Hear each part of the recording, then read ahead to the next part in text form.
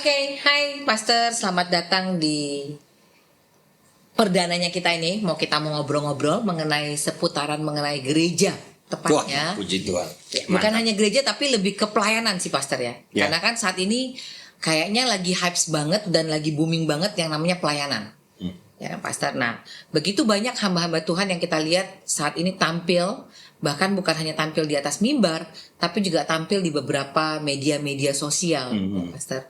Nah, saat mereka tampil kita bisa lihat nih, mereka kan sangat menggebu-gebu, mereka sangat memberikan motivasi yang luar biasa gitu kan. Tapi banyak yang tidak tahu sebenarnya adalah bagaimanakah perjalanan mereka, ataupun bagaimana mereka diproses oleh Tuhan untuk bisa mencapai pada titik itu.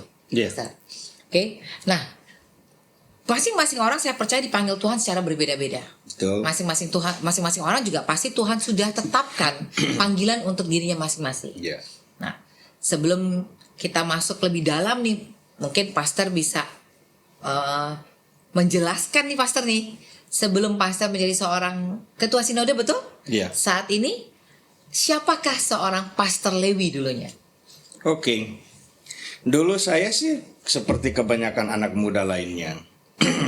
Hari Minggu ke gereja, ada pelayanan ikut gitu ya. Saya kalau pelayanan dari sekolah minggu sebagai anggota sekolah minggu juga sekaligus melayani, main ukulele, kerincing-kerincing begitu, itu ya. Nakal jalan juga. Oke. Nakal versi apa nih Pastor nih? Anak-anak, nakal versi anak-anak. Ini kira-kira Pastor usia berapa? Iya, saya sekolah minggu, aktif sekolah minggu dari kecil, dari malah SD kelas 1, kelas 2 itu sudah ikut sekolah minggu. Oke. Iya. Konsepnya dipaksa sekolah minggu atau memang punya niat sendiri nih Pastor untuk sekolah minggu? Iya, kalau waktu itu sih kayaknya bukan dipaksa, tapi kalau kita anak-anak kan cenderung kumpul kan. Jadi begitu ada satu kumpulan, ada nyanyi-nyanyi, ya pasti kita datang. Jadi saya bisa di gereja saya, bisa juga di gereja sebelah. Oke. Pokoknya kalau ada teman, kita ada acara nih tunas remaja atau apa acara sekolah minggu tengah minggu, saya datang juga gitu. Oke. Ya seperti lazimnya. Tapi itulah akhirnya saya berkesimpulan bahwa perjalanan hidup saya dulu itu seperti orang jalan gak ada tujuan. Ada kegiatan tapi untuk apa gak jelas juga. Pokoknya ada kegiatan rohani lah. Ya. Entah waktu itu bisa dibilang ada buahnya atau tidak, itu ada manfaatnya atau sia-sia, saya nggak jelas.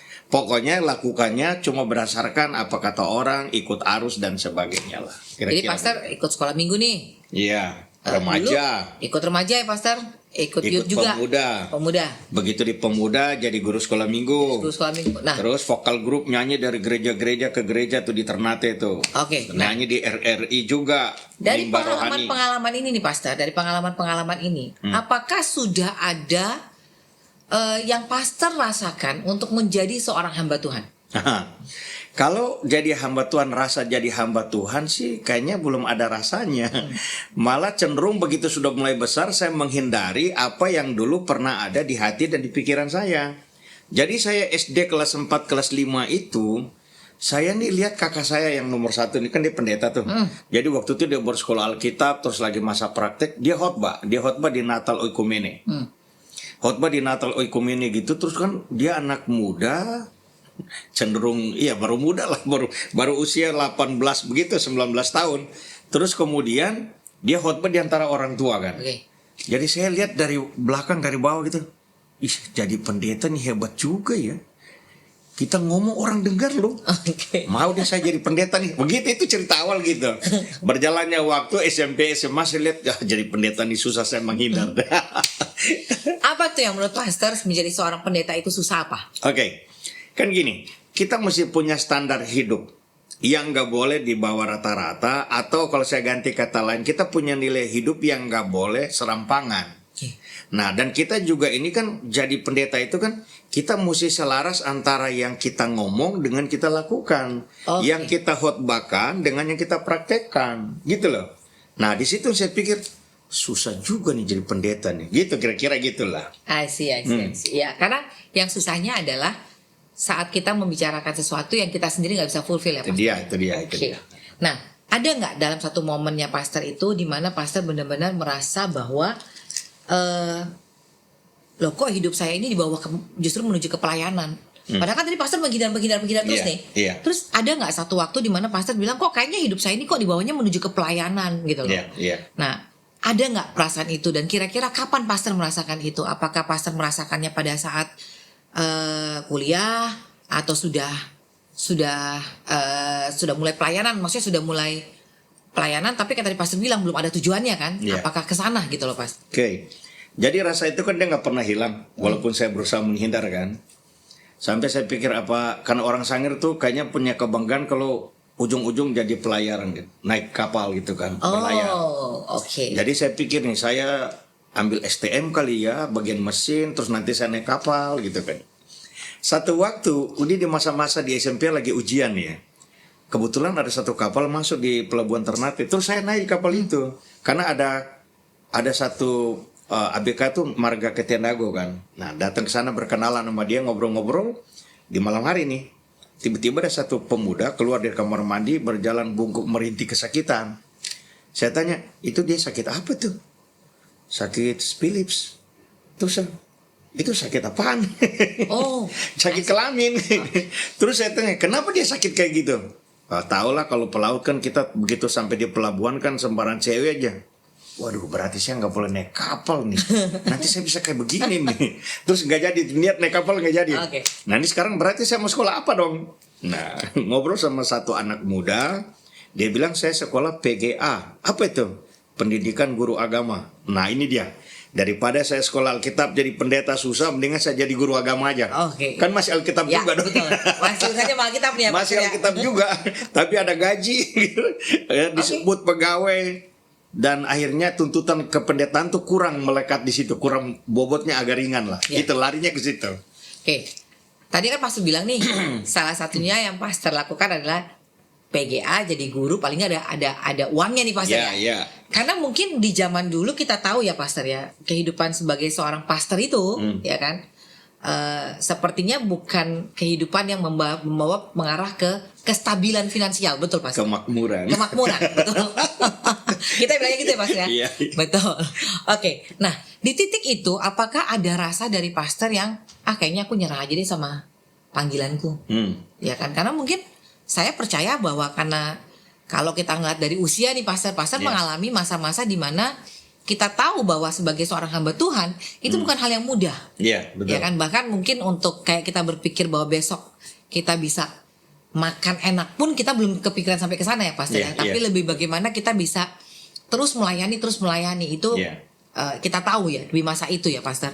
Nah, terpikir nggak pastor untuk kayaknya aku nyerah nih, ya kan? Kayaknya nggak cocok nih gitu loh. Karena mau makan apa gitu kan? Kadang terpikir begitu ya pastor Yeah, ya. yeah. Terus kayak orang-orang pada senang-senang nongkrong, kita nggak bisa nongkrong gitu. Yeah. Pernah nggak terpikir seperti itu pastor? Iya, jadi saya akhirnya dari PGA itu tamat. Lalu saya pikir memang saya mesti melayani Tuhan, tapi nggak full sebagai pendeta gitu kan ya. Saya melalui sekolah gitu. Tetapi kemudian waktu saya mau pergi ke Manado, mau kuliah sambung Fakultas Pendidikan Agama, PAK ya. Nah itu ada sedikit terganggu dengan jadi polisi aja. Oke. Nah lalu saya coba sambungkan nih dua pemikiran nih. Boleh saya jadi polisi, tapi saya jadi pendeta di polisi, atau jadi tentara, Oke, ya, tapi ya, ya. saya jadi pendeta di tentara, gitu kan? Nah berarti udah benar nih sambil saya ambil S1 PAK aja nih gitu kan ya. Nanti setelah itu saya lihat bisa di mana, TNI atau di kepolisian. Di waktu itu pergaulan di Manado itu agak sedikit terganggu dengan lingkungan yang membuat saya tuh niat mau bunuh orang. Dari niat mau bunuh orang itulah saya berkesimpulan karakter saya ini terlalu berantakan, ini terlalu rawan nih. Mau guru agama pun yang begini nggak cocok gitu kan. Lalu saya pergi sekolah Alkitab di Cianjur, sekolah Alkitab GPDI, pendeta Wondatu. Bukan menjadi pendeta, supaya karakter saya jadi bagus. Oke, Gitu. jadi sebenarnya masuk sekolah Alkitab untuk memperbaikan Iya, karakter. karakter saya gitu kan. Oke. Karena kalau di sekolah Alkitab tuh separuh hak hidup kan dicabut, kira-kira Yes. begitulah ya. Apalagi kalau Awan Datu, waduh keras banget Om Yoyo tuh kalau. Jadi saya pikir cocok saya di situ gitu lah. Oke. Nah sampai di sana muncullah tuh panggilan tadi diteguhkan. Maka setelah itu saya balik ke Manado, saya ambil teologi ya nggak itu selesai paknya begitu. Ya. Karena orang gini ya pastor ya, orang itu kan melihat seorang pastor itu pelayanan kah, mau pelayanan apapun ya, Yeah. baik pelayanan mimbar, apalagi kalau sudah menyandang title pastor, ya Yeah, kan, itu yeah. adalah orang yang mulia banget nih pastor, ya kan. Tapi saya percaya kita ini masih manusia, Betul. gitu pastor. Nah, kira-kira menurut pastor, di saat pastor memahami panggilan pastor sebagai seorang pastor, karakter apakah yang ada di pastor yang pastor rasa bahwa ini harus saya bisa balancing nih? Ya. Saya pikir ya setiap kita ya, semua orang lah, mau dia hamba Tuhan mau bukan, apalagi kalau kita bilang kita hamba Tuhan. Karena kita akan terus berproses untuk kemudian menjadi serupa dengan Kristus. Betul. Berarti hanya karakter Kristuslah yang harus ada pada kita. Di luar itu berarti kita mesti bongkar, kita mesti kikis, kita mesti Yes. buang. Begitu. Jadi kalau contoh saya ini kan orang tahu saya kan ketawa-ketawa gitu kan, bilang ramah juga boleh gitu kira-kira ya. Tapi sebetulnya saya kan orang emosional ya. Oh, Dan oke. saya itu kalau marah orang atau kemudian saya lagi musuhan sama orang tuh kan pikiran jahat saya tuh detail tuh saya mikir tuh. Mesti ini gimana taklukan dia gini-gini dan sebagainya. Nah itu kan perlu penyangkalan diri. Jadi bagi saya kalau ada orang semena-mena terus saya masih bisa lihat terus saya diam, itu artinya saya udah lumayan banyak bisa menguasai diri saya tuh. Karena kalau ikut aslinya kan nggak kayak begitu gitu loh. Jadi berarti saya mesti rombak ini dan seterusnya. Begitu. Oke. Nah, sepanjang perjalanan nih pastor. Berarti kan kalau kita bilang ada emosi, ada ego, Ya. ya kan, ada apakah ada kesombongan gitu Ada, kan ya, ada. karena kerasa kuat nih. Hmm. Nah, di sepanjang perjalanan apakah ada posisi atau titik di mana pastor terjatuh atau melakukan kesalahan yang akhirnya pastor pikirkan bahwa titik itulah menjadi titik balik pastor untuk justru lebih memperbaiki diri. Ya. Saya punya kegagalan dalam hidup ini. Dan kegagalan itu yang membuat saya melihat bagaimana Tuhan menilai atau melihat saya per detik ini bukan yang kemarin. Dari pengalaman itu juga yang membuat saya bagaimana cara memandang dan menilai orang lain dan menerima orang lain. Karena pada akhirnya yang saya ukur adalah kalau saya diterima Tuhan apa adanya, saya nggak punya alasan untuk tidak menerima orang lain apa adanya, gitu. Saya diampuni Tuhan tanpa syarat, berarti saya juga mesti belajar mengampuni sesama tanpa syarat, begitu. Nah, saya pikir kalau saya bisa terus menghidupi itu, saya sedang menghidupi karakter Kristus dalam diri saya. Tuhan Yesus itu nggak berikan contoh dia dari bawah naik, karena memang dia dari atas turun kan. Ya. Tapi dengan dia dari atas turun dan selama dia hidup di dunia dia menunjukkan salah satu karakternya adalah kerendahan hati gitu ya.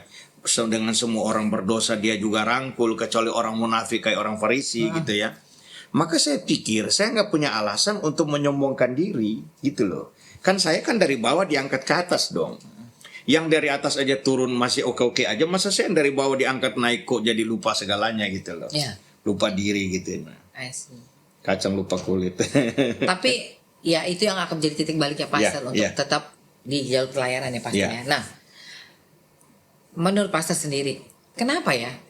Kalau kita perhatikan banyak hamba-hamba Tuhan yang buat testimoni di atas mimbar bahwa mereka harus mengalami pergumulan yang begitu panjang.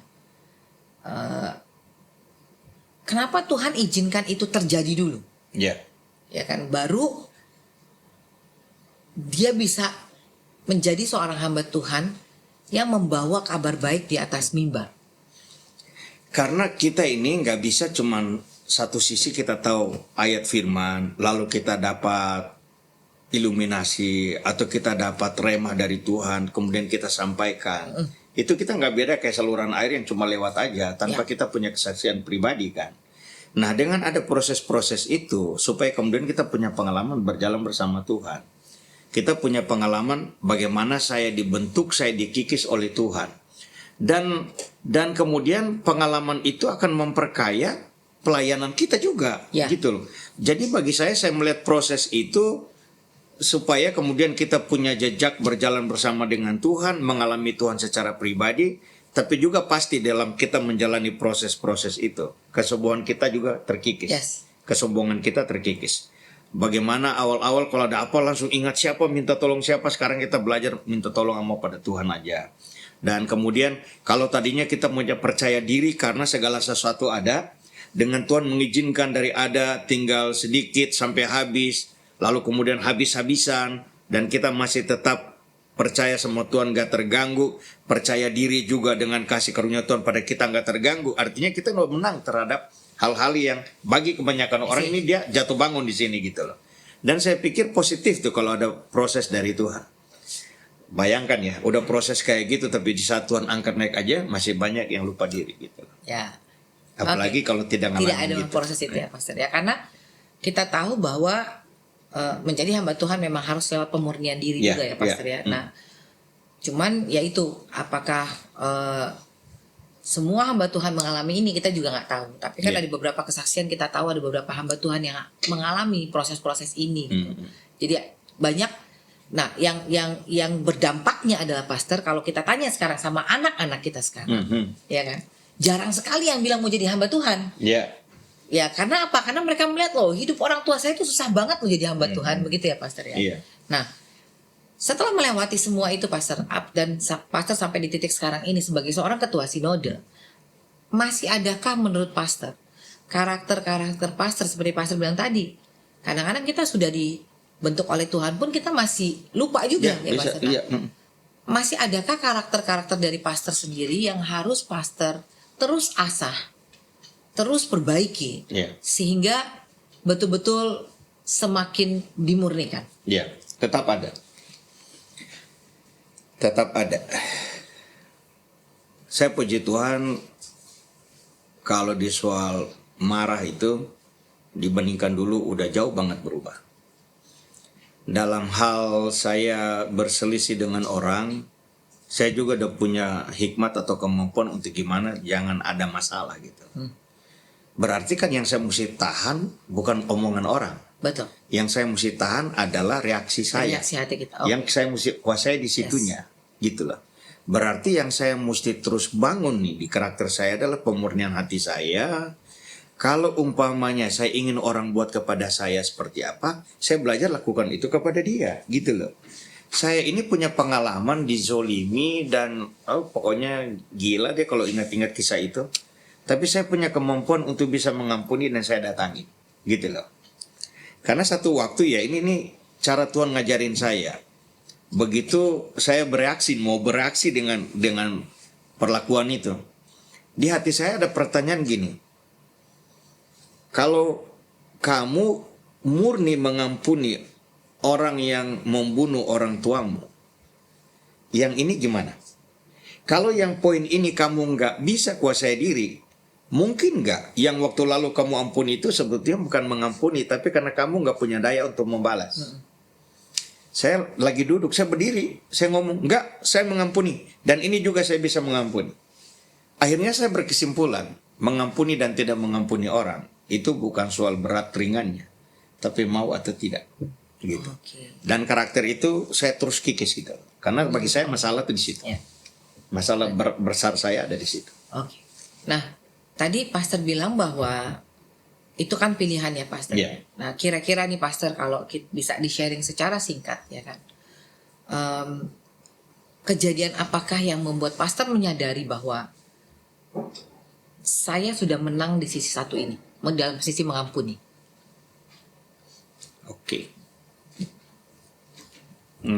Satu waktu saya dikasih rumah. Dan yang memberikan rumah ini setengah memaksakan supaya saya harus terima rumah. Saya konfirmasi kepada anaknya yang tertua di luar negeri. Dan anaknya juga ngotot sama, kamu mesti terima rumah itu. Kalau kamu bilang kamu bantu papi dengan cara kamu menolak rumah itu dan minta rumah itu dijual aja, itu bukan kamu bantu, kamu bikin papi tersinggung. Tapi dari rumah itu juga satu waktu itu dari rumah itu saya hampir masuk penjara. Karena satu waktu di dalam keluarga ini ada masalah dan saya tidak mau terlibat di dalamnya karena karena masalah itu bukan seperti itu seharusnya. Dan karena diputar ceritanya, saya diminta untuk terlibat di dalam cerita baru ini. Yes. Dan saya nggak mau. Oke. Dengan saya menolak itu, maka kemudian untuk membuktikan kepada atau supaya cerita baru ini seolah-olah benar, maka saya mesti dituduhkan sebagai bagian daripada cerita lama dengan orang-orang di cerita lama itu. Oh, I see. Nah, bagi saya itu soal integritas. Kalau saya mau selamat dan mau hubungan tetap baik, saya ikut aja arus. Saya cinta yang namanya hubungan baik. Saya cinta yang namanya damai. Tapi saya nggak mau untuk mencapai itu dengan cara yang tidak benar. Yes. Berarti saya dapat sesuatu, tapi saya korbankan yang lain. Saya nggak mau. Dan gara-gara itu, saya dituduhkan melakukan penyerobotan. Oh, Dan akhirnya berurusan ke polisi, sampai ke pengadilan, dan saya sidang demi sidang sampai kalau nggak salah ingat 14 kali. Baru kemudian ada keputusan, atau yang ke-15 kali ada keputusan. Dan itu keputusannya hukuman percobaan. Saya pernah ngalamin rasa takut atau khawatir berlebihan dalam diri saya itu di masa-masa itu. Karena di masa itu katanya, kalau saya melakukan pelanggaran lalu lintas atau saya kecelakaan tapi dalam penyelidikan atau apa semacam itu, bahwa ternyata saya di posisi yang salah, berarti saya masuk penjara. Yang 6 bulan percobaan tadi itu.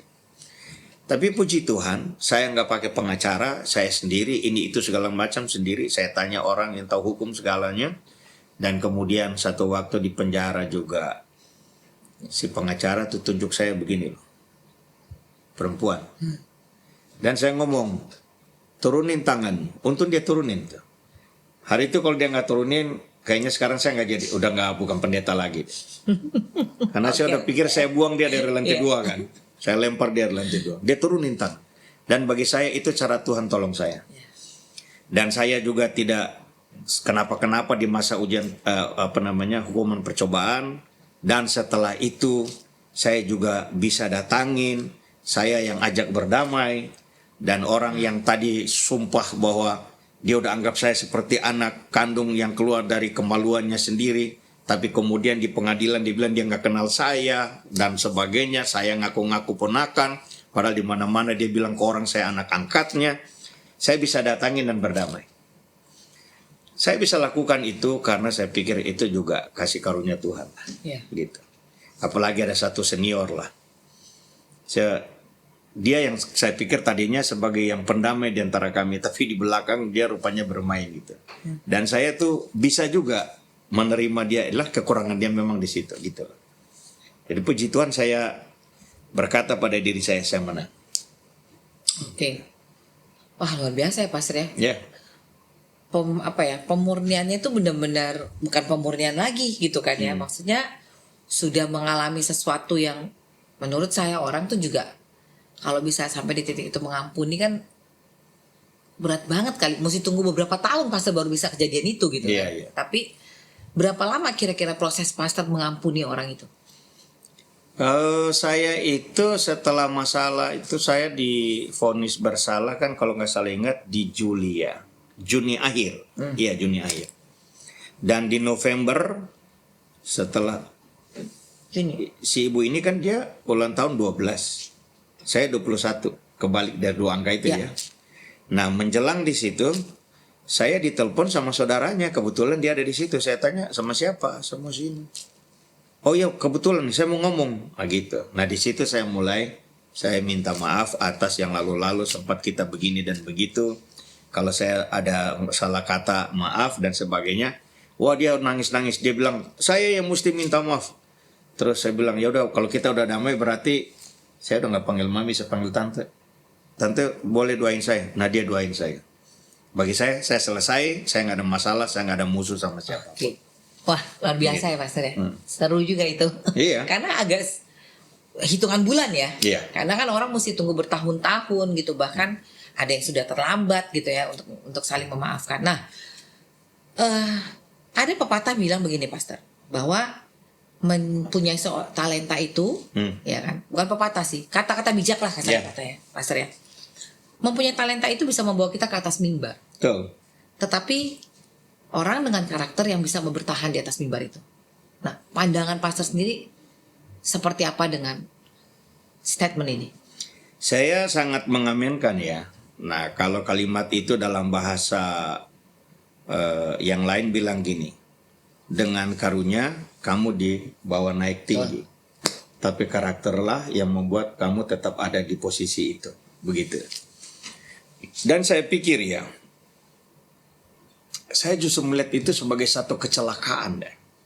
Karena gini, Tuhan itu nggak pernah menyayangkan karunia yang sudah Dia kasih.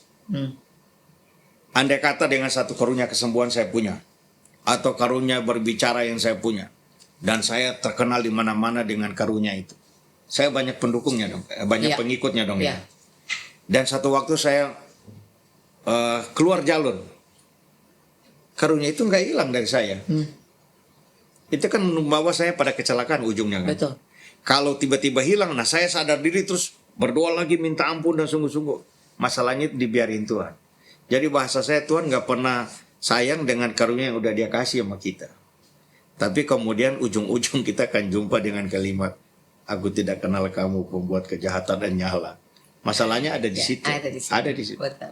Jadi per hari ini kita gimana orang tetap banyak pengikut, orang tetap percaya segala macam, itu kan karena mereka nggak punya kemampuan menilai kita seperti apa seharusnya kita ada. Ya.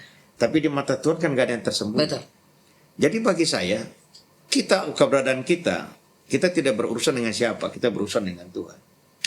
Maka dari situ saya punya satu prinsip bahwa kita nggak usah buktikan ke orang saya jujur. Ya. Kita juga nggak usah buktikan ke Tuhan saya jujur. Buktikan pada diri sendiri aja, saya jujur apa tidak. Begitu. Oke. Nah, permasalahannya sering kita dengar nih Pastor ya, ada beberapa orang mungkin yang pada akhirnya mereka berbalik dari satu keyakinan, ya kan? Karena mereka merasa bahwa hamba Tuhan yang mereka lihat di kehidupan kesehariannya tidak seperti apa yang ada di atas mimbar. Nah, menurut Pastor sendiri dan dari pandangan Pastor sendiri, apakah ini berhubungan dengan karakter kesehariannya, gitu, Pastor? Sehingga kayak tadi Pastor bilang kan, di atas mimbar itu apa yang diucapkan harusnya apa yang kita lalui gitu ya. Tapi banyak sekali yang melihat bahwa ada beberapa hamba Tuhan mungkin yang di atas mimbar luar biasa, tapi kesehariannya sangat berbeda dengan apa yang dijalani. Pandangan Pastor sendiri bagaimana untuk hal-hal yang seperti ini? Iya, memang kan karakter kita ini hari demi hari terus diperbaharui. Bicara selamat, kita punya kepastian selamat karena percaya Yesus. Itu akan hilang kalau kita menyangkali atau murtad. Selama tidak dan terus mengikuti Tuhan, itu kan tetap. Yes. Tapi kemudian tidak serta-merta karakter kita akan menjadi baik karena banyak ayat yang kita hafal, khotbah kita bagus, kita terkenal dan sebagainya. Kecuali dengan sengaja kita pretelin satu-satu yang gak benar itu. Karatan-karatan itu kita syukur. Nah itu, selama kita gak punya kesadaran, kejujuran bahwa saya punya kelemahan ini dan saya mesti rubah, selamanya kita kayak gitu. Akan tetap seperti itu. Orang bilang kita dipakai Tuhan luar biasa, betul. Tapi kelakuan kita juga luar biasa dipakai setan gitu loh. Dan itu akan menjadi batu sandung. Dengan karunia kita tarik orang datang pada Tuhan, dengan karakter yang jelek kita dorong orang keluar lagi. Begitu. Jadi supaya orang yang kita bawa kepada Tuhan tetap di dalam, ya mau nggak mau hidup kita mesti jadi teladan. Tapi kenapa khotbahkan yang kita lakukan dan lakukan yang sudah kita khotbahkan. Tapi kan Pastor gini, mungkin kalau kita lihat ya gitu kan, banyak yang bilang bahwa hal-hal ini terjadi pada saat orang tersebut sudah mempunyai satu kuasa ataupun sudah mempunyai satu positioning yang cukup nyaman, ya kan, sehingga karakter yang dulu mungkin sebenarnya sedang dikikis terlupakan nih Pastor.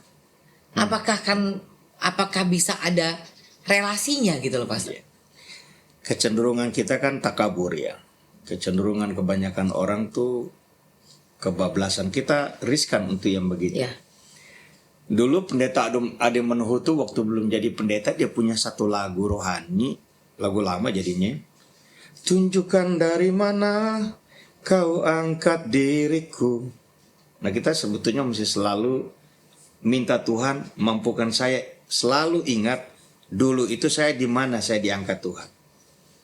Pendeta Ondatu punya lagu, dari dalam lumpur dosaku diangkatnya. Selama kita ingat dari mana kita diangkat Tuhan, kita nggak akan pernah bisa lupa dan kemudian jadi sombong. Sebetulnya menurut saya enggak, gitu loh. Kita bisa ini dan itu kan kepercayaan Tuhan. Harusnya yang kemudian terjadi ya kita mengabdi toh dengan sungguh-sungguh, bukan kemudian jadi lupa diri. Begitu. Jadi penting sekali untuk kita selalu ingat nih, kita ini dari mana datang. Kalau kita selalu ingat itu, kemungkinan sombong atau lupa diri sebetulnya enggak lah. Jadi artinya kalau ada hamba Tuhan dipakai Tuhan terus kemudian agak-agak aneh gitu, sombong-sombong, berarti mungkinnya bukan kurang ngopi kali ya, tapi mungkin kurang ingat-ingat dulu dia tuh. Apa proses pemurnian yang pernah dia lalui? Betul, Pastor. Ya. Karena gini, kecenderungan orang sombong tuh pasti ada. Orang miskin aja ada sombong, orang bodoh aja ada sombong, orang pintar pasti ada sombong, orang kaya pasti ada sombong. Tapi kalau kemudian kita bicara konteks hamba Tuhan dan pelayanan, maka mari kita mesti tahu bahwa itu buah daripada kedagingan dan itu bukan yang Roh Kudus mau, kan? Bukan yang Tuhan mau. Dan itu nggak ada guna kita pelihara itu. Kita mesti sangkalin, kita mesti buang. Gitu. Karena kan banyak yang awalnya mungkin murni nih Pastor, murni masuk dalam satu sisi pelayanan. Kita nggak ngomong hamba Tuhan aja, tapi dalam semua pelayanan awalnya memang murni menggebu-gebu dengan pelayanan. Tapi pada saat dia punya satu positioning yang cukup nyaman, ya kan, itu yang membuat orang bisa lupa, bukan Pastor? Betul, ya kan? bisa lupa itu. Bahkan lupa dengan proses awal, lupa dengan tujuan awal mereka, ya kan. Nah, dari pandangan Pastor sendiri sebagai seorang ketua sinode, Pastor pasti menghadapi begitu banyak pemimpin-pemimpin gereja. Saat ini krisis karakter apa sih, Pastor, yang mudah terjadi di kalangan pemimpin-pemimpin gereja? Ya, saya pikir krisis yang sering ada ya, keteladanan, dan seringkali kita lupa jejak kita suka lupa masa lalu kita, di mana kita dipulihkan Tuhan. Kita sering lupa masa lalu kita bersama Tuhan tuh kita dipromosiin Tuhan dan sebagainya. Kalau bicara melihat karakter-karakter orang dari hari ke hari, wow, orang yang hari ini kayaknya bagus besok bisa jelek. Jadi betapa pentingnya kita memberikan teladan untuk mempengaruhi mereka. Orang bisa dengan arogan karena punya pengalaman, kuliah di mana, tinggal di mana. Orang bisa arogan dengan dia anaknya siapa. Dan celakanya ada orang juga sombong itu karena dia berteman dengan siapa. Itu yang sering terjadi, Pastor. Iya. Merasa kalau udah foto sama jenderal atau ini sama si A, si B, udah kayaknya dunia udah dia punya deh gitu loh. Betul. Nah sebetulnya kan kita nggak boleh kayak gitu. Jadi pengalaman-pengalaman itu sih banyak ya. Tapi selama itu sifatnya sewaktu-waktu saja, bukan menjadi gaya dari hari ke hari sih, masih bisa lah untuk kemudian kita berharap ini kayaknya masih bisa berubah orang. Tapi kalau dia dikasih tahu nggak mau dengar, orang yang berjasa ditendang pergi dan sebagainya, nah ini agak gawat nih. Agak gawat. Ya, berarti kasarnya memang krisis kepemimpinan yang sekarang banyak dihadapi orang ya, Pastor, lebih kepada menjadi teladan. Ya kan, menjadi teladan itu kan nggak mudah ya. Ya memang berawal dari seperti yang Pastor bilang tadi bahwa apa yang kita firmankan itu yang basically harus kita lakukan. Ya, Pastor. Nah, di kedudukan Pastor sekarang sebagai seorang ketua sinode, apakah pernah ada rasa nih, Pastor? Rasa takut, rasa apa ya? Ini kan posisi yang cukup tinggi ya, Pastor. Kita bilang Pastor kan di atas pemimpin-pemimpin gereja lainnya. Mungkin ada beberapa pemimpin gereja dan Pastor di atas itu gitu loh. Berarti kan kasarnya nih kalau kita secara kacamata awam ya, Pastor, lebih holy dari yang holy gitu loh, Pastor. Kacamata awamnya. Perkataannya kasarnya seperti itu ya, Pastor. Maksudnya lebih mengerti soal Alkitab, lebih mengerti mendalam soal firman Tuhan ya kan. Sehingga harus tadi Pastor bilang menjadi panutan dari Iya. pastor-pastor yang lain. Apakah ada rasa apa takut ataupun rasa apa yang jadi bawa apa Iya. terbawa oleh pastor nih gitu loh? Sempat ada rasa tuh gini, bisa nggak saya menjadi pemimpin yang seharusnya? Bisa nggak bahwa hidup saya ini, hidup keluarga saya ini menjadi teladan bagi teman-teman sejawat? Begitu. Apakah saya ini akan begini aja atau begitu jadi ketua sinode kemudian jadi kayak jadi naik ini gitu ya? Nah, itu pertanyaan-pertanyaan itu ada menjelang saya dilantik menjadi ketua sinode. Dan begitu sudah didoakan dilantik, ya yang ada bahwa menjadi satu ketetapan bahwa saya ini dalam berpendirian gak boleh pelin-pelan. Saya mesti punya ketegasan, bisa membuat pemisahan ini dan itu gitu loh. Dan kemudian saya mesti jadi teladan bagi teman-teman. Apa yang saya ngomong itu mesti saya lakukan. Kalau saya mau jadi teladan bagi mereka, saya nggak boleh memilih, oh ini teman jadi mesti, atau ini bukan teman. Nggak begitu. Jadi asas keadilan, kejujuran itu mesti terus diterapkan. Kalau itu saya jalanin, artinya saya bisa menjadi ketua atau pemimpin yang tidak keluar jalur. Tentu dengan bukan berarti karena sudah ketua gitu ya, terus jadi mentang-mentang gitu jadi nggak begitu juga gitu loh. Ya, apa adanya aja. Jadi saya tetap Lewi yang sebelum dilantik jadi ketua sinode. Seperti itulah saya. Oke. Nah, dari pastor sendiri nih, apa sih tantangan terbesarnya memimpin hamba-hamba Tuhan? Ya kan? Karena latar belakang mereka berbeda, pastor. Iya. Ya kan? Terus dari kalangan yang berbeda juga, Iya. ya kan, pastor? Terus dengan karakter yang berbeda juga, pastor. Iya. Ya kan? Nah, menurut pastor, tantangan pastor terbesar sebagai panutan dari hamba-hamba Tuhan ini itu apa? Sebelum saya jawab itu saya sambung yang tadi ya. Ya. Jadi begitu saya dokter sinode, teman saya pimpinan sekolah Alkitab telepon, panggil nama kecil saya, Nyong, selamat ya. Wah, ngana udah sama dengan ketua umum kami nih disebut namanya, guru kami juga. Terus ujung ucapan dia nanya gini, tapi kira-kira masih mau pimpin puji-pujian nggak? Saya bilang yang penting bukan kamu suruh bikin dosa, mau saya gitu. Oke. Oke. Jadi saya kan ngajar di sekolah Alkitab itu juga. Ya. Toh. Terus kemudian waktu itu penempatan sekolah Alkitab kita di Malang, jadi saya datang ke sana.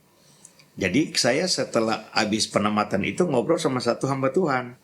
Dari usia dia lebih senior dari saya. Ngobrol lah. Bro, tadi puji-pujian gini, terima kasih banyak ya. Oh ya, terima kasih om. Terus dia tanya gini, bro bagian dari tim puji sembah di gereja ini? Enggak. Terus dari mana? Dari Jakarta. Kok bisa mimpin pujian di sini?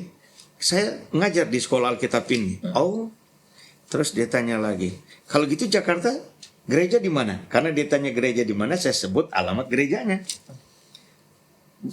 Terus Lais itu kan dekat sama ini, sama satu gereja organisasi dia. Terus di situ saya bilang, oh bukan, saya bukan organisasi itu. Organisasi saya tuh Gereja Kemuliaan Sion. Oh gitu. Dia tanya, siapa ketua sinodenya? Itu berarti saya mesti bilang saya. Terus jawabnya apa nih, pastor? Jadi begitu dia tanya, oh itu sinode sendiri? Iya, siapa ketua sinode? Saya sebut nama ketua sinode yang ketua yang lama. Jadi saya bilang gini, saya ngomong gini, periode itu 2000 sekian itu saya sebut nama kan, pendeta Royanto Jonathan gitu. Oh oke. Dia tanya, saya pikir udah lewat gitu, dia masih kejar lagi. Kalau sekarang siapa? Jadi saya itu lucu. Dia langsung mundur terus. Oh sorry. Dia lagi ngomong sama ketua sinode. Jadi akhirnya berubah gaya dia. Tadi dia gaya sebagai senior, terus saya junior gitu kan. Tapi karena saya ketua sinode dia rubah gaya dia. Lucu bener. Kayak gitu. Jadi sampai sekarang saya bisa pimpin pujian.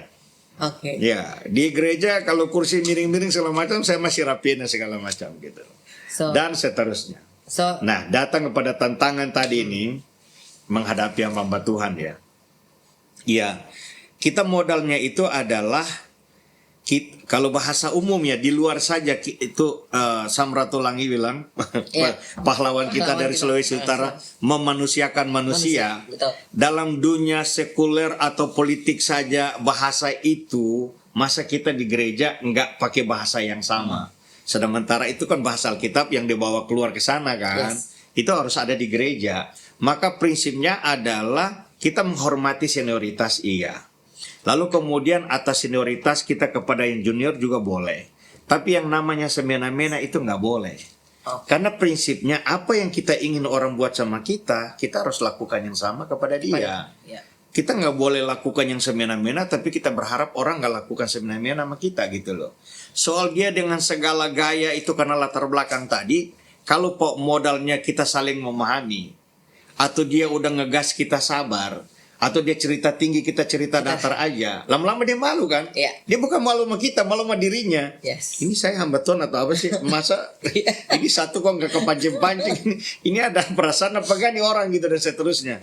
Lalu akhirnya dia berpikir, waduh sudah sekian lama saya pelayanan, udah banyak ayat yang saya hafal, tapi kelakuan saya kenapa kalah jauh sama dia ya? Iya. Dan seterusnya. Jadi akhirnya biarlah teladan yang berbicara. Oke. Iya. Oke. Get it, Pastor. Jadi sebenarnya memang seperti Pastor bilang ya, tantangan pertama adalah teladan. Iya. Sehingga yang kedua untuk menghadapinya jadilah teladan. Iya. Gitu ya, Pastor. Ya? Oke. Nah, bagaimana tadi kan Pastor bilang sampai Pastor pun willing untuk tetap masih melakukan WL, masih merapikan meja, masih merapikan kursi kasarnya, masih bisa menjadi akhir mungkin Pastor ya. Iya, sesekali saya turun tuh kasih semangat sama mereka gitu kan Pastor. Nah, apa yang membuat Pastor bisa menjaga untuk tetap rendah hati? Karena rendah hati itu kan PR yang paling susah nih Pastor. Iya. Apalagi dengan posisi yang cukup tinggi. Ya kan? Ini saya ngomong agak sedikit bukan nyerang atau menghakimi orang nih ya, tapi Betul. saya mesti ngomong apa adanya ya. Karena yang tinggi hati itu gayanya iblis. Setuju? Kalau kita bilang kita anak Tuhan, kita bilang hamba Tuhan, nggak boleh ada orang itu. Yes. Itu iblis soalnya. Jadi itu yang kita harus ingat ya Pastor Iya. ya, bahwa di saat kita tinggi hati, kita bukan melakukan apa yang Tuhan mau, tapi kita melakukan. Yang iblis mau. Nah, tapi dari kehidupan Pastor sekarang sebagai seorang ketua sinode, Iya. kasarnya kan di atas, adakah senior-senior ataukah adakah mentor-mentor yang tetap masih bisa menegur Pastor, masih bisa menasihati Pastor, ataupun menjadi teman curhat buat Pastor? Oke. Ada. Kalau menegur saya ada dua. Mengingatkan ada banyak. Menegur itu ada dua. Satu pendeta Leonardo Asamsuri, bapak rohani saya. Oh, oke.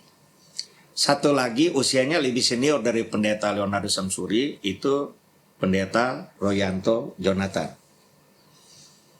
Nah, tapi dia sahabat rohani saya. Suka duka saya lebih banyak tahu dia daripada bapak rohani saya. Begitu. Dan mereka ini adalah orang yang saya tempatkan, saya ada di bawah mereka dan mereka punya hak menegur saya. Selain itu yang mengingatkan saya ada kakak saya, ada istri, ada teman dan sebagainya. Bahkan satu waktu saya pikir ini orang ini dia diutus Tuhan ngomong sama saya ini. Jadi ada satu bapak lebih senior banget daripada orang-orang yang saya sebutkan tadi. Dan ini dalam cerita yang lain, cerita hari-hari dalam hubungan kehidupan, urusan kehidupan. Dan dia memberikan satu contoh gitu. Ini begini-begini Pak. Jadi dia lagi menjelaskan sesuatu. Saya dalam hati sambil dengar. Ini orangnya dia diutus Tuhan nih ngomong sama saya nih. Gitu loh. Nah persoalan apakah kita nih punya hati yang mau diajarin apa enggak? Sebetulnya kalau kita memiliki hati yang bisa diajarin, jangankan orang tegur langsung, dari perdebatan orang kita bisa jadikan itu pembanding bagi kita. Dari hal yang dialami orang kita bisa menjadi contoh, kalau itu saya gimana dan saya mesti hadapi seperti apa dan sebagainya. Jadi modalnya sih saya kalau tadi ditanya siapa yang menegur, ada Dan yang kedua ya, Ya. kalau kita punya hati yang mau ditegur juga itu lebih bagus. Sehingga dari pengalaman orang juga kita bisa jadikan pelajaran bagi kita. Gitu. Nah, setelah semua yang pastor jalanin kan, oke, pastor juga punya mentor yang terus menasihatkan, Iya. kan pastor. Kira-kira yang kalau pastor mengingat masa lalu pastor, oke, masa lalu pastor saat pastor masih muda, ya kan? Menurut pastor sendiri, ada di momen manakah pastor betul-betul merasakan kasih Tuhan itu benar-benar melingkupi pastor? Jadi dari masa pastor masih muda, dibentuknya pastor, dimurnikan pastor, sampai pastor akhirnya pelayanan, sampai pastor benar-benar murni di hadapan Tuhan, sampai akhirnya pastor benar-benar menjadi seorang ketua sinode. Di manakah pastor merasakan bahwa kalau Tuhan nggak campur tangan, aku nggak ada sampai saat ini? Saya punya satu pengalaman yang lucu ya. Dan saat ini waktu saya mau cerita juga saya nggak bisa cerita apa adanya ya. Tapi pengalaman itu saya dari BSD menuju ke Jakarta mau ke Keramat, dan saya lagi dengar lagu Hillsong dan saya nangis terseduh-seduh itu. Jadi lagu itu awalnya udah sering saya dengar, kaset ini masih zaman kaset. Saya putar tuh lagu satu album itu biasa-biasa aja. Tapi satu waktu di waktu itu tiba-tiba tuh lagu itu kayak masuk ke hati saya gitu. Dan saya nangis sejadi-jadinya. Saya ingat di saya nangis itu saya juga minta ampun sama Tuhan untuk dosa-dosa saya. Saya berterima kasih untuk pengampunan Tuhan pada saya.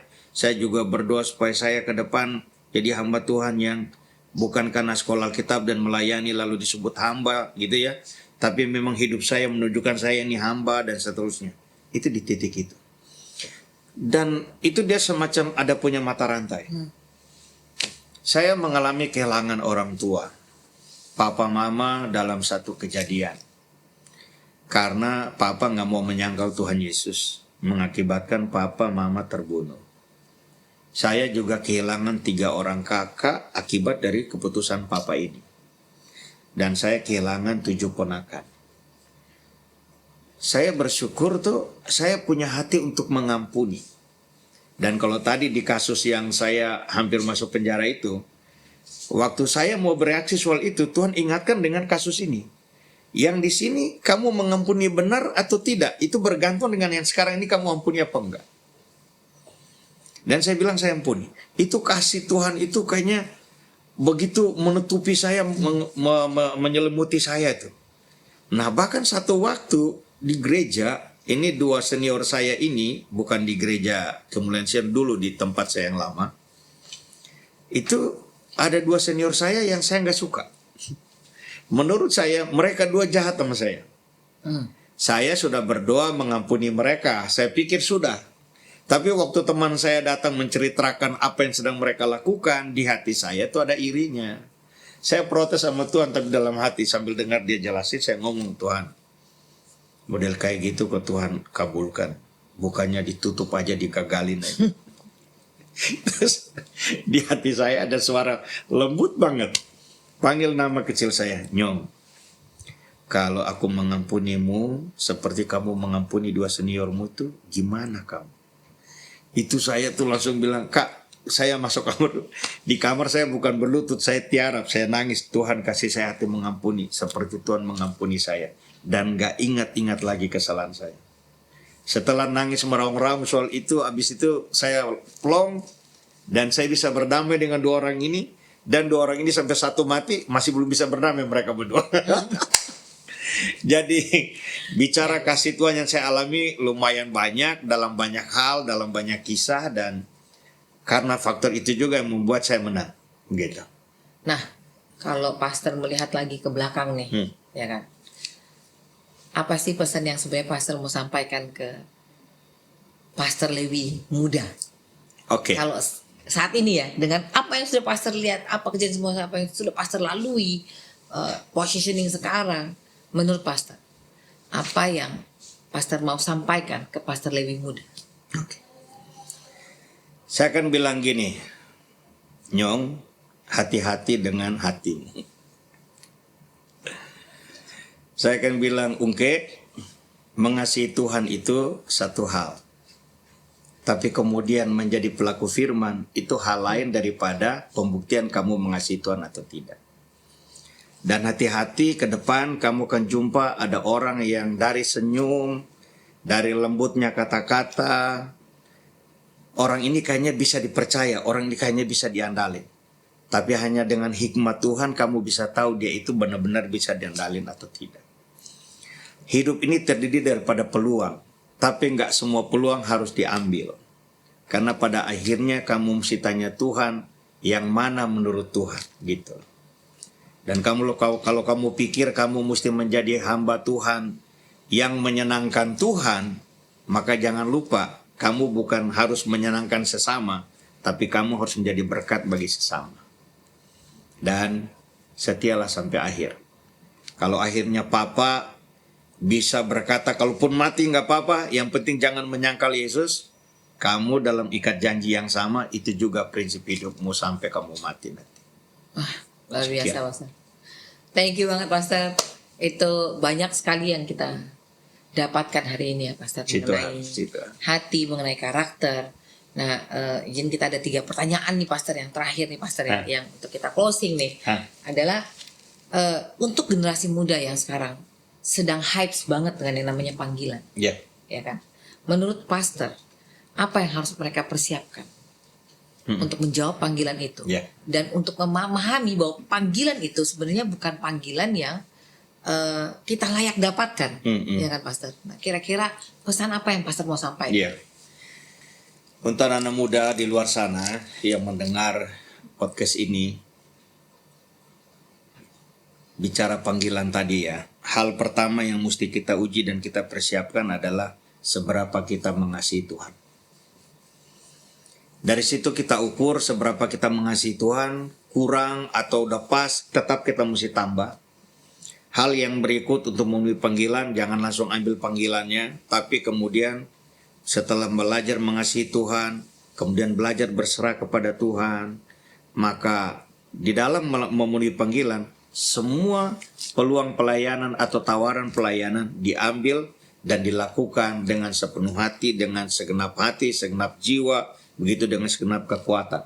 Karena berjalannya waktu, kita baru akan bisa melihat, saya sebetulnya punya karunia itu di sini.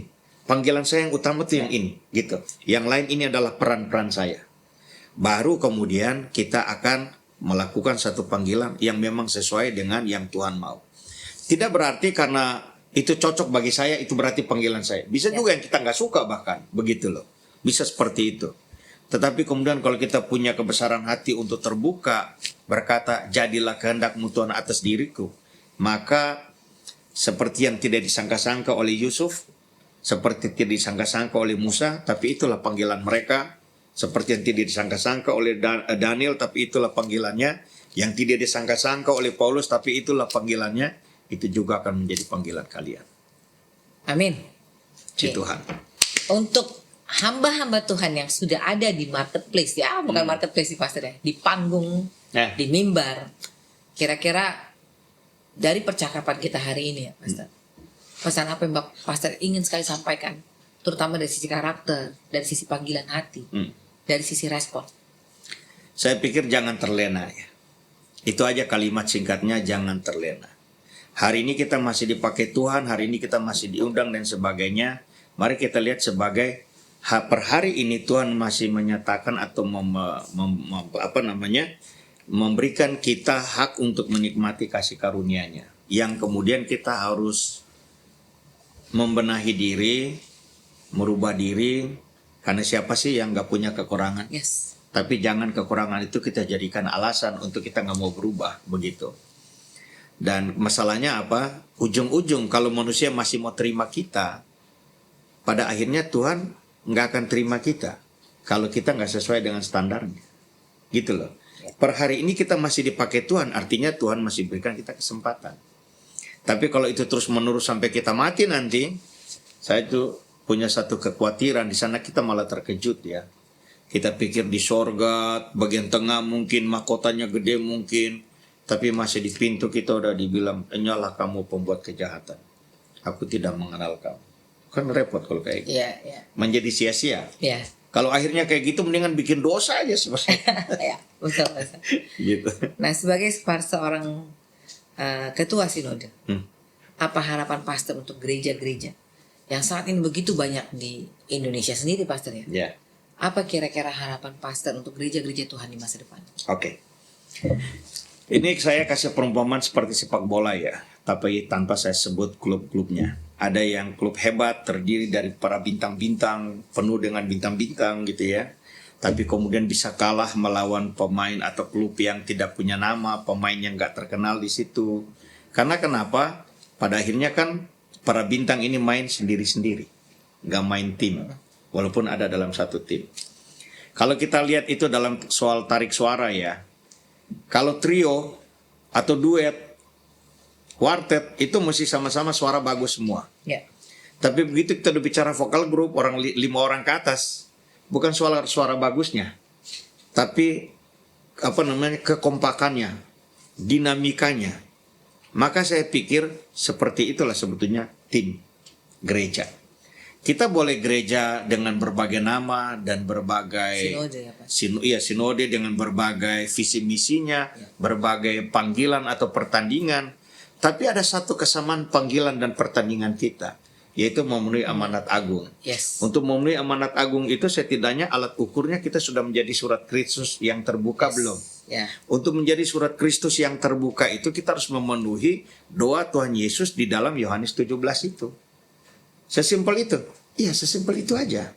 Karena pada akhirnya kalau kita mau jujur, yang membuat kita terpisah itu karena doktrin kan. Yang membuat kita terpisah itu karena liturginya kan, gitu loh. Sementara Tuhan Yesus jauh-jauh hari sebelum gereja itu lahir, dia udah doa kayak begitu. Maka kesimpulan kalimat akhir saya, kalau Tuhan Yesus berdoa kesatuan, yang jawab kesatuan mesti terjadi adalah gereja itu sendiri. Sekian. Oke. Thank you so much, Pastor. Sama-sama. Hari ini kita Terima kasih. belajar satu hal yang sangat penting adalah sebenarnya pelayanan itu bukan dimulai dari mimbar. Pelayanan itu bukan dimulai dari satu eksistensi, ya kan? Bukan dari posisi, tapi harus dimulai dari hati. Dari hati. Dan dari diri. bukan apa yang kita pegang, bukan apa yang kita dapatkan, tapi dari bagaimana Tuhan mau bentuk hidup kita. Yes. Ya, Pastor ya. Amen. Jadi satu hal yang luar biasa sekali, karena dari apa yang Pastor sharing tadi, saya percaya di balik setiap hamba-hamba Tuhan, di balik setiap pemimpin-pemimpin rohani, ada perjalanan yang cukup panjang sama Tuhan, di mana ada air mata, di mana ada proses yang mungkin kita semua nggak tahu, Ya. ya Pastor ya. Tapi melalui proses itulah kita semakin dibentuk, kita semakin dimurnikan, dan kita semakin sejalan dengan Tuhan. Terima kasih Pastor Amin. untuk hari ini. Sama-sama. Kita ketemu lagi di perbincangan berikutnya. Yang lainnya. Semoga untuk teman-teman semua, apa yang sudah kita share hari ini, apa yang kita bicarakan hari ini boleh memberkati, bahkan meneguhkan pelayanan kita semua. Yes, amin. God bless you all. Si Tuhan.